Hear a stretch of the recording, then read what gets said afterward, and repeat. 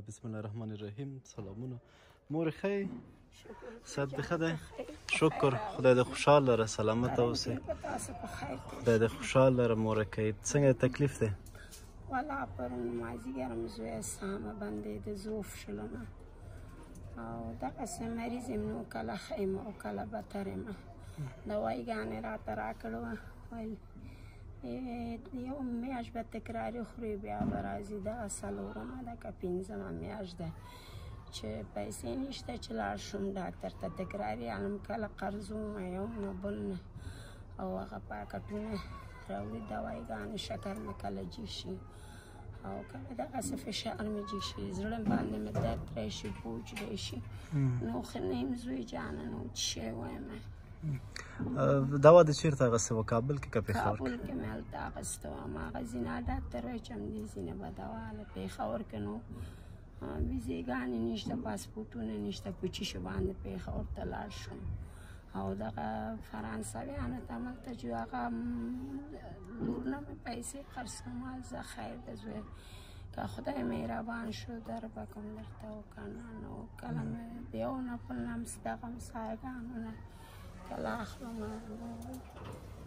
څه به وکړم. او هغه د څنګه دی کار تا خیاطي م کوله که نه؟ او هغه د اوسم او ما وکتل ماشین وګنډل هغه په سمپې پرو دی نو بیا هغه چې څنګه هغه د ماشومانو جامې وم ګنډو بیا هغه چې خلاص شوم داسې زړه باندې مې تورتم راغله لکه ته مې مازر شه لږ اوبه راوړه ما چې دا د مازدیګر لمونځ کوم تشناب ته چې ننوتلم هلته په زړه مې تورتم راغی زوف شلم بیا په یو سختي باندې ویستم دلته راباندې اوبه یې واچو د 10 روپو څه دی د انار اوبه څه وایي ورته پاکټي نه هغه بوتل نه دی 10 روپۍ چې شفا راوړو زما خوله کې واچ هلک جړل وایي مور خدای دې تا مړ نه کړي زه به څه شی وکړم. البته زوی دا مرګ او زندګي خو شته دی نو.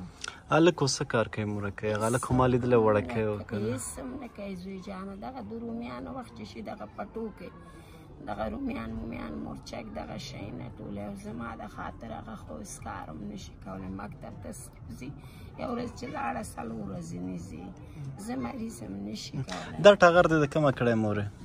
دا ټغر زموږ زوی وخینه وه.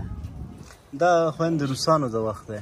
دا زوی زما د خوښه د زوی جانه نو دغسې پخواني شی دی ځکه من کرم داسې و هغه هم د روسانو د وخت و. هغه وخت کې دغه رواجونه وه نو.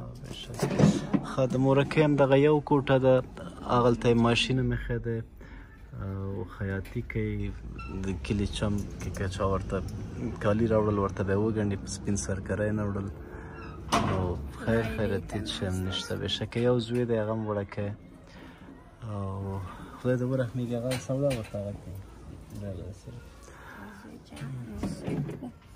بیخي داسې ژوند نه بیخي په تنګ یم زه وایم چې څه شی وکړمه کله کورونو ته زنګ ووهمه چې وروره بتر یمه مړ کېږمه نو هغې بچي داره ته مه خفه کېږه مور چې هغه تکلیف ته دی د خفګان ښه نه دی موږ وبخښه چې موږ دا څونه وخت ونه شو کولی چې رهي شو مورکۍ خو په یاد هم وې انشاءالله حتما به درته نور کوشش کوو چې وخت په وخت رسېدګي وګوري زما حالات خراب وي بیا مور مړې یو شپه یا یو ورځ تېر کړي چې ګوري حالات خراب وي بیا خپل کورونو ته منډې وایي چې بتر شم بیا وایم زوی دغسې هغې م چې راشي په سرو سترګې ورځ را سره تېره کړي او لاړه شي. نه ته خفګان مه کوه انشاءالله مورکۍ موږ کوشش کوو چې میاشت په میاشت تا ته هر څه ورسېږي توکل په خدای هېڅ تشویش ورته مه کوه خفګان مه کوه خدای دې خوشحال لره. مننه مورکۍ. مور دا د زامنو درته رالیږلي هغوی مسافر دی د فرانسه کې ده د یو ښار دی بیا به هغې ښار نوم زه ولیکم ډېرې دعاګانې ورته کوم مورکۍ. هغه ځای ګل ګلزار کې دغه چې موږ سره کومک کوي هغه سره دی الله کومک وکړي چې ته چې موږ ته منډې وهې الله دې ستا هم زوی ځواني روزي کړي په ځواني دې برکت شه او هغې ورته دم الله د دې په عوض ډېر د ورته الله ورکړي چې هر مسلمان سره کومک وکړي د هر مسلمان لاس نیمایي وکړي هغه خلک به تر عمر پورې دې ورته دعاګانې کوي اول زه خپله 5 وخته لمونځ کوي ټول وایم خدای چې څوک مونږ ته دغه یو ګیلاس اوبه مونږ سره کومک کوي الله ته ورته اجرونه ورکوي آخرت او په دنیا ورته خدای دې خوشحاله خفګان مه کوه مورکۍ انشاءالله موږ ته کوشش کوو او بخښنه غواړو چې څه وخت موږ ونه شو کولی یو څه مشکلات و څه مصروفیتونه و انشاءالله آینده کې به کوشش وکړو چې وخت په وخت ته ورسېږو خدای په امان مورې خدای په امان مننه خدای په امان